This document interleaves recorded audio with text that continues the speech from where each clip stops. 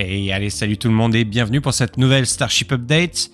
Alors ça s'entend peut-être un petit peu à ma voix, cette semaine je suis un peu malade. Pour les curieux, je vous laisse un indice en image. Alerte coronavirus. Mais bon, si proche du tant attendu premier vol orbital du Starship, pas question pour moi de manquer à l'appel pour vous résumer comme chaque semaine l'essentiel des dernières actus du site de Boca Chica.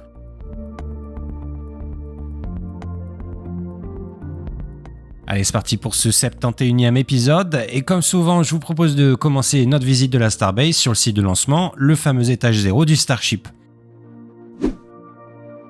Souvenez-vous, dans le dernier épisode, l'OLP était encore en plein travaux et avait un peu des allures de porc-épic géant. Après avoir démonté une partie des échafaudages qui entouraient le pas de tir, SpaceX a finalement effectué un test des Quick Disconnect de la table de lancement. Pour rappel, ces 20 mini-starters servent au démarrage des moteurs externes du premier étage du Starship, le booster Super Heavy. Après les nombreux travaux effectués au centre de l'OLP, l'objectif de ce nouvel essai était certainement de purger les systèmes et de vérifier leur bon fonctionnement avant le grand retour du booster B7, dont on reparlera un petit peu plus tard dans cet épisode. D'ailleurs, SpaceX a aussi effectué plusieurs tests du bras de ravitaillement du premier étage, aussi appelé en anglais le Booster Quick Disconnect. Mercredi 29 mars, les points de levage rétractables des chopsticks ont été repliés pour permettre la prise du booster B7 par les chopsticks de Mechazilla. De forme sphérique, ils viennent normalement s'emboîter dans des encoches installées sur le fuselage du ship, elles-mêmes placées juste sous les ailerons avant du second étage. Pour permettre de saisir le booster Super Heavy, les bras de Mechazilla peuvent donc changer de configuration, un petit peu comme un transformer géant, en faisant basculer sur l'extérieur les points de levage dont on vient juste de parler, comme le montre ici cette animation 3D de Ryan Hansen Space.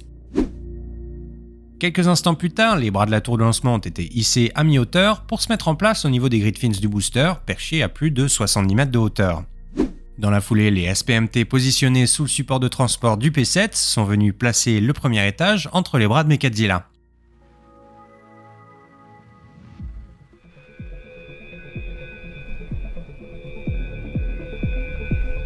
Une fois le booster en place et solidement sécurisé entre les chopsticks, la mythique alarme du pas de tir a retenti sur le site de lancement de Boca Chica, annonçant l'imminence du lift du booster B7.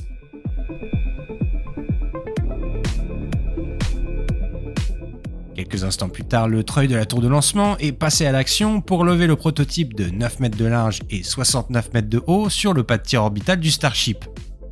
Pendant cette opération de haute voltige, on a pu admirer une partie des 33 moteurs du Super Heavy, et notamment 10 des 20 Raptor Boost, protégés de leur capot aérodynamique à la forme un petit peu particulière. Une fois le B7 fraîchement installé sur l'OLP, les chopsticks de Mechazilla ont ensuite libéré la bête avant d'être écartés sur le côté du pas de tir. Pendant qu'une nouvelle nappe de brouillard s'avançait sur la Starbase, décidément la météo est pas terrible ces derniers temps, le bras de ravitaillement du second étage a ensuite été rétracté pour s'aligner avec le booster B7.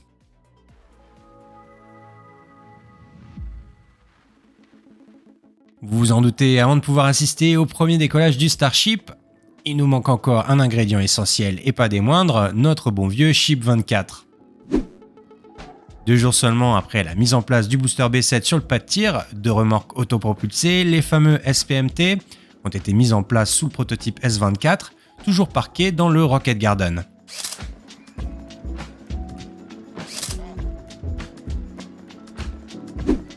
Finalement, c'est dans la nuit du 31 mars que le second étage a quitté le site de production pour rejoindre le site de lancement. Entre-temps, SpaceX a profité de la fermeture de route pour transférer le support du booster B7 sur le site de production. Sauf gros changement de plan, a priori, le booster B7 ne quittera donc pas de sitôt le site de lancement. C'est probablement donc un tournant dans la campagne de test du Starship et on vient donc peut-être d'assister au tout dernier rollout du Ship 24 avant le tant attendu premier lancement orbital.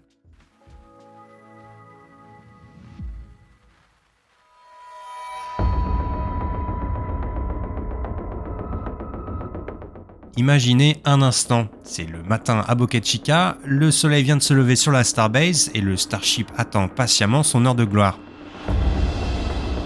Et oui, aujourd'hui, c'est enfin le grand jour et les ingénieurs font leurs dernières inspections au pied du véhicule. Perché sur son pas de tir, le Starship culmine à 140 mètres de hauteur, de quoi donner le vertige.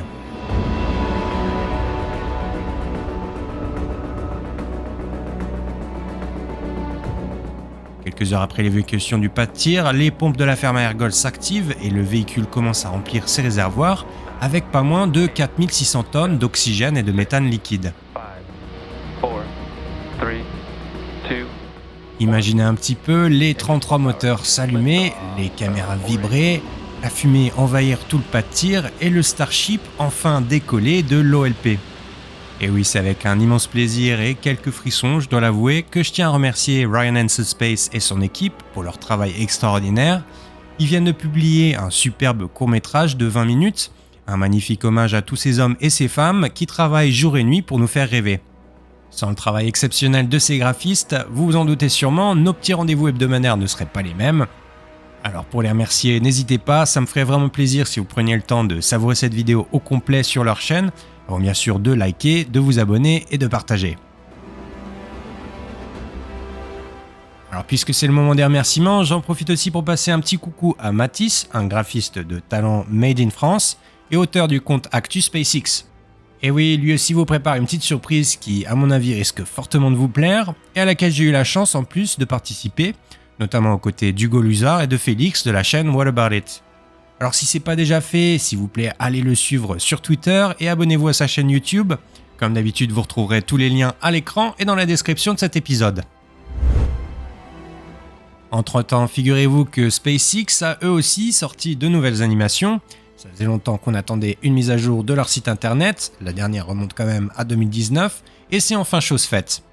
Avec cette dernière mise à jour, voilà un signe de plus qui semble confirmer que le grand jour s'approche à grands pas, et on semble jamais avoir été aussi proche du premier vol orbital du Starship. En attendant la précieuse licence de vol de la FAA, 2 zones d'exclusion provisoires viennent d'ailleurs d'être définies au large de la Starbase, mais aussi d'Hawaï, pour les dates comprises entre le 6 et le 12 avril. Pour rappel, lors de son vol test, le Ship 24 tentera d'effectuer une orbite quasi complète au départ de Boca Chica, propulsé par le booster B7, s'il survit au terrible Max Q. Le second étage du Starship survolera quant à lui les Caraïbes, l'océan Atlantique, l'Afrique du Sud, l'océan Indien et finira finalement sa trajectoire 90 minutes plus tard au large de l'archipel d'Hawaï. Pour rappel, le lancement du Starship serait déjà en lui-même un exploit technologique et quoi qu'il arrive, le but premier de ce vol expérimental sera de collecter un maximum de données sans exploser sur le pas de tir.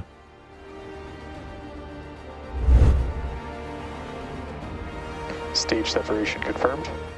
Selon Elon Musk, le patron de SpaceX, pour une fois plutôt terre à terre, le Ship 24 aurait environ 50% de chances d'accomplir sa mission, à savoir atteindre une vitesse quasi orbitale.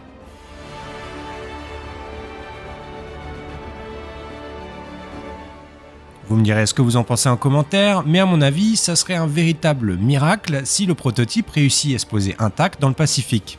Alors qu'est-ce que vous en pensez? Le Starship réussira-t-il son premier lancement? Si c'est le cas, les tuiles thermiques du S-24 résisteront-elles à leur tout premier bain de plasma? Une chose est certaine, même sans date officielle de lancement, le Starship passionne déjà les foules, et quelle que soit l'issue du premier vol, le programme de développement n'a probablement pas fini de faire rêver les fans d'exploration spatiale.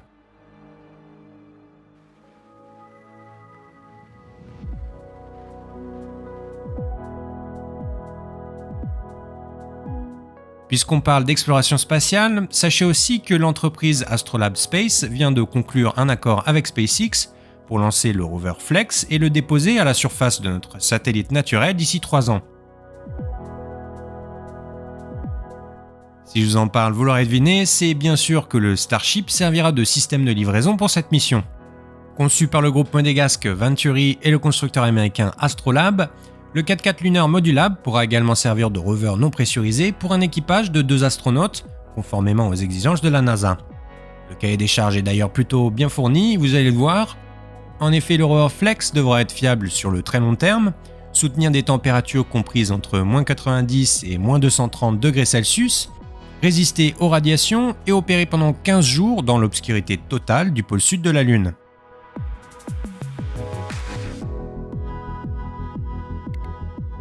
À cela s'ajoute aussi la contrainte des modes de contrôle du véhicule. En effet, le rover devrait normalement pouvoir se déplacer de manière semi-autonome, être piloté par des astronautes, commandé depuis la future station orbitale lunaire, mais aussi depuis la Terre. Avec son bras robotique, le rover pourra ramasser et déposer différentes charges utiles et scientifiques, effectuer des missions d'exploration, préparer le terrain et aider l'homme à établir une présence permanente à la surface de la Lune, rien que ça. Alors 2026, on est d'accord, c'est pas pour demain, mais ce programme nous rappelle qu'une fois opérationnel, le Starship et son impressionnante charge utile devraient ouvrir de nouvelles portes dans le domaine de l'exploration spatiale. En attendant ces belles missions, je vous propose de revenir sur Terre et plus précisément sur le centre de McGregor où les équipes de SpaceX continuent les tests de leur moteur Raptor. Le 30 mars dernier, l'entreprise d'Elon Musk a d'ailleurs battu un nouveau record en effectuant une mise à feu de 224 secondes sur le tripod du centre d'essai. Grâce à Tom, l'un des modos de l'équipe du Discord Starbase FR, j'ai le plaisir de partager avec vous les dernières stats enregistrées pour le mois de mars. Alors au total, au cours du mois dernier, SpaceX a effectué 73 mises à feu statiques pour une durée cumulée de 92 minutes. Et depuis le début de l'année, la cadence de test semble s'accélérer à McGregor, une tendance qui traduit sûrement l'augmentation de la production des prototypes à Boca Chica. À Boca Chica justement, pendant que le Ship 24 attend sagement son grand jour sur le site de lancement, son successeur, le Ship 25, est toujours parqué sur le site de Massey. Grâce à ces nouvelles images de la chaîne RGV Aerial Photography, on constate que plusieurs tuiles thermiques ont été retirées récemment à la base du prototype. Alors pour le moment, malheureusement, il est impossible pour nous de savoir précisément l'ampleur des travaux en cours sur le S25 ni leur objectif. Entre-temps, SpaceX continue l'expansion du site et a entamé un nouveau chantier près de l'entrée de l'ancien stand de tir, probablement pour y installer de nouveaux systèmes de télécommunication.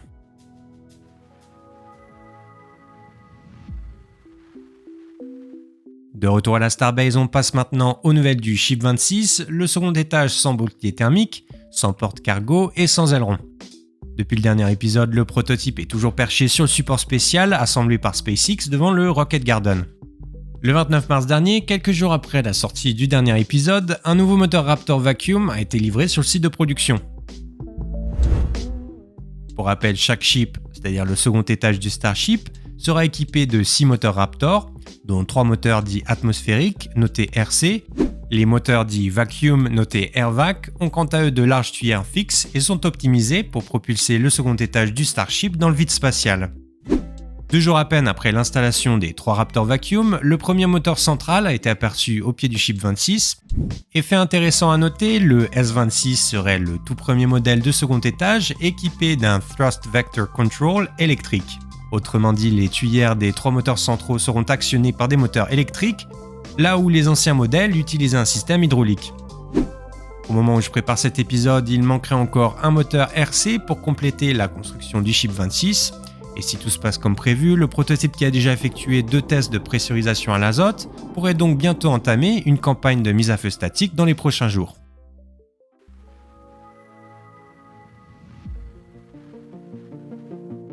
Pendant ce temps-là, la production se poursuit sous les tentes de la Starbase et selon l'équipe des Ring Watchers, au moins 7 exemplaires de second étage seraient actuellement en cours de construction à Boca Chica.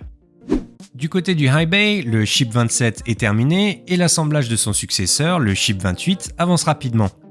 Depuis le dernier épisode, 2 sections supplémentaires ont été rajoutées au second étage et mercredi dernier, la 6e et dernière section du Ship 28 a été transférée dans le grand bâtiment d'assemblage. Alors si c'est pas déjà fait au moment où cet épisode sortira, le pont roulant du High Bay devrait bientôt passer à l'action pour soulever l'ensemble du ship sur la section de poussée fraîchement arrivée dans le High Bay. Sur cette capture d'écran de la chaîne Lab Padre, comme vous pouvez le voir, les tuiles thermiques du proto semblent beaucoup plus propres que celles des précédents prototypes. Vous l'aurez sûrement remarqué, non seulement la qualité des process semble s'améliorer, mais surtout le rythme de production devient absolument dingue. Le Ship 27 n'a toujours pas roll-out du bâtiment pour commencer ses tests et voilà déjà un autre ship quasiment complété par SpaceX.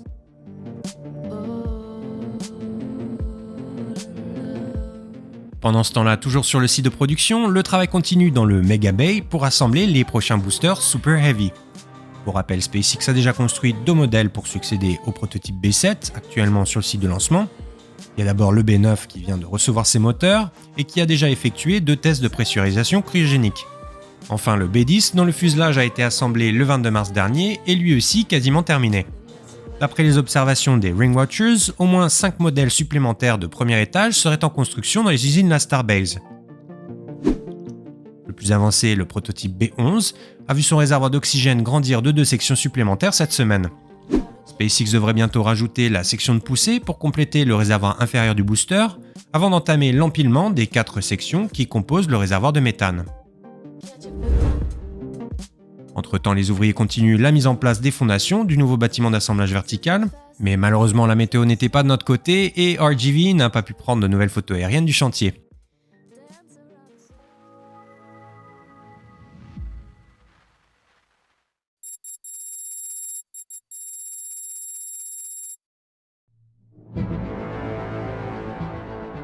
Allez, pour finir cet épisode, je vous propose de passer maintenant au test de la semaine, en commençant par la journée du mardi 4 avril dernier.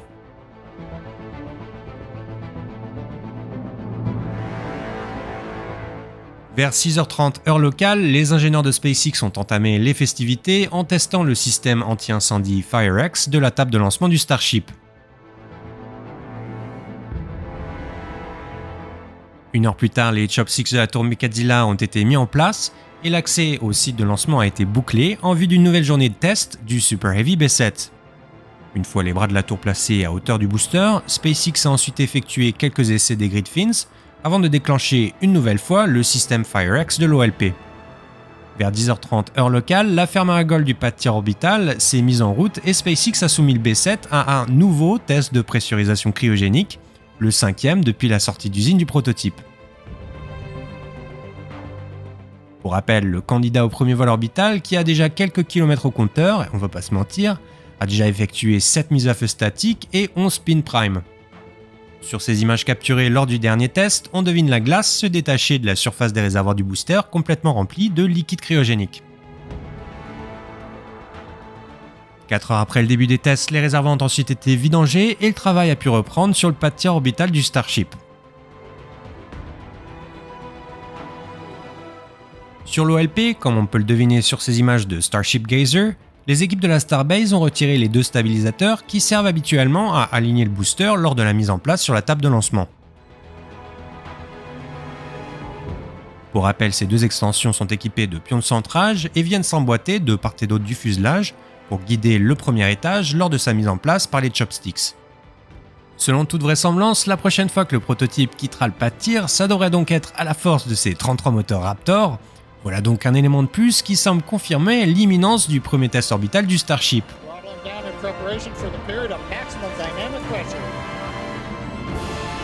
Stage 1, throttle up. Entre-temps, les travaux du déluge semblent pour de bon mis en pause. Sur cette photo de Starship Gazer, la conduite principale d'eau a visiblement été condamnée par les techniciens, sûrement pour protéger l'installation de la poussière et des débris lors du tant attendu lancement du Starship. SpaceX fait d'ailleurs le grand ménage sur le Stage 0 et plusieurs éléments du futur déluge ont récemment quitté le site de lancement pour être rapatriés sur le site de production. A priori, SpaceX tenterait donc le vol inaugural du Starship avant de finir l'installation du déluge du pad tir orbital.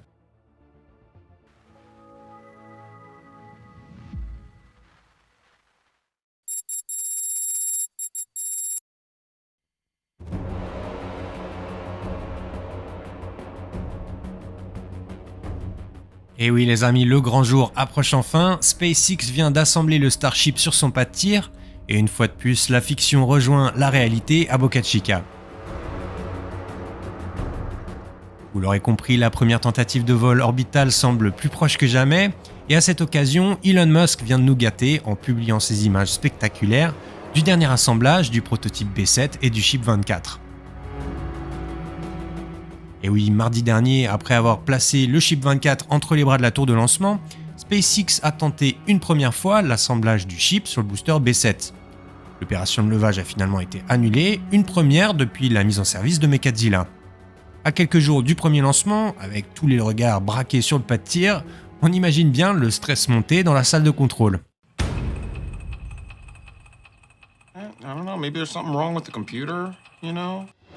Alors bon, a priori pas d'excuses, rien à voir avec un souci informatique, il s'agirait d'un câble qui s'est visiblement détaché et qui a empêché le succès de la première manœuvre d'assemblage.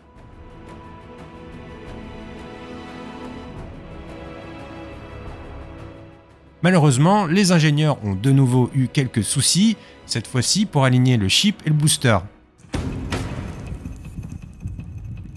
Finalement, plus de peur que de mal, l'opération de haute voltige s'est bien passée et ces petits contretemps ont permis au jour de se lever sur Boca Chica, nous offrant ainsi de superbes images de drones tournées par SpaceX.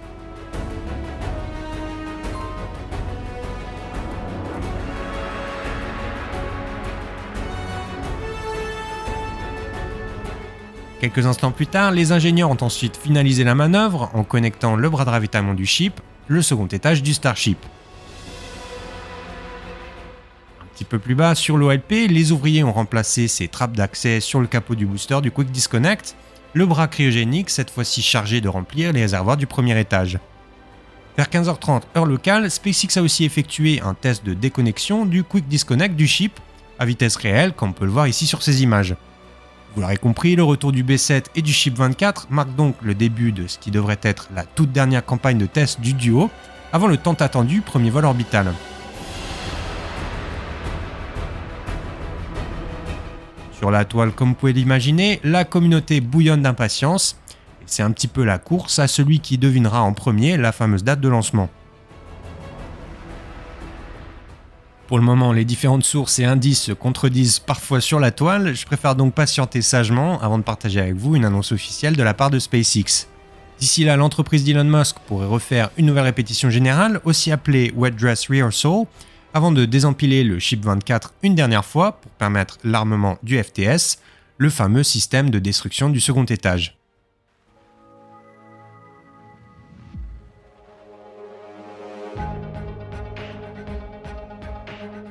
Allez, avant de vous quitter, vous l'aurez vu en miniature, je tiens à rajouter une annonce de dernière minute pour celles et ceux qui auraient manqué mon community post publié hier sur YouTube.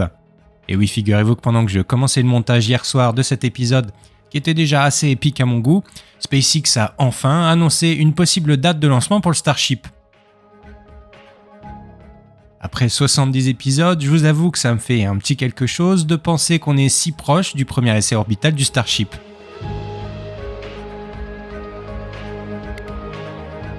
Difficile d'oublier les superbes images des premiers vols atmosphériques, notamment quand le SN15 perçait les nuages pour venir se poser en douceur à Boca Chica. Et oui, presque 2 ans après ce vol historique dont on se souvient tous, on va enfin pouvoir vibrer de nouveau aux côtés des équipes de SpaceX. Après ce tweet posté hier soir, le vol inaugural du Starship pourrait donc avoir lieu au plus tôt le 17 avril prochain. Attention cependant, avant de voir décoller le Starship, il manque encore une étape importante, la précieuse licence de vol qui pourrait bien tomber dans les prochains jours. Malheureusement, vu mon planning de ces derniers jours, je risque bien d'être en déplacement pour mon travail, mais je ferai mon maximum pour vous tenir au courant au plus vite dès qu'on aura des nouvelles. Alors si c'est pas déjà fait, vous pouvez soutenir la chaîne en vous abonnant, en likant et surtout en partageant cet épisode un petit peu spécial qui m'aura pris, vous l'aurez compris, un certain temps à préparer. D'ailleurs, je tiens à vous dire un grand merci du fond du cœur pour avoir suivi cet épisode jusqu'au bout. Vraiment, c'est le meilleur moyen de me soutenir. Et en attendant le prochain épisode, je vous souhaite à toutes et à tous un excellent week-end. Prenez bien soin de vous. Ciao.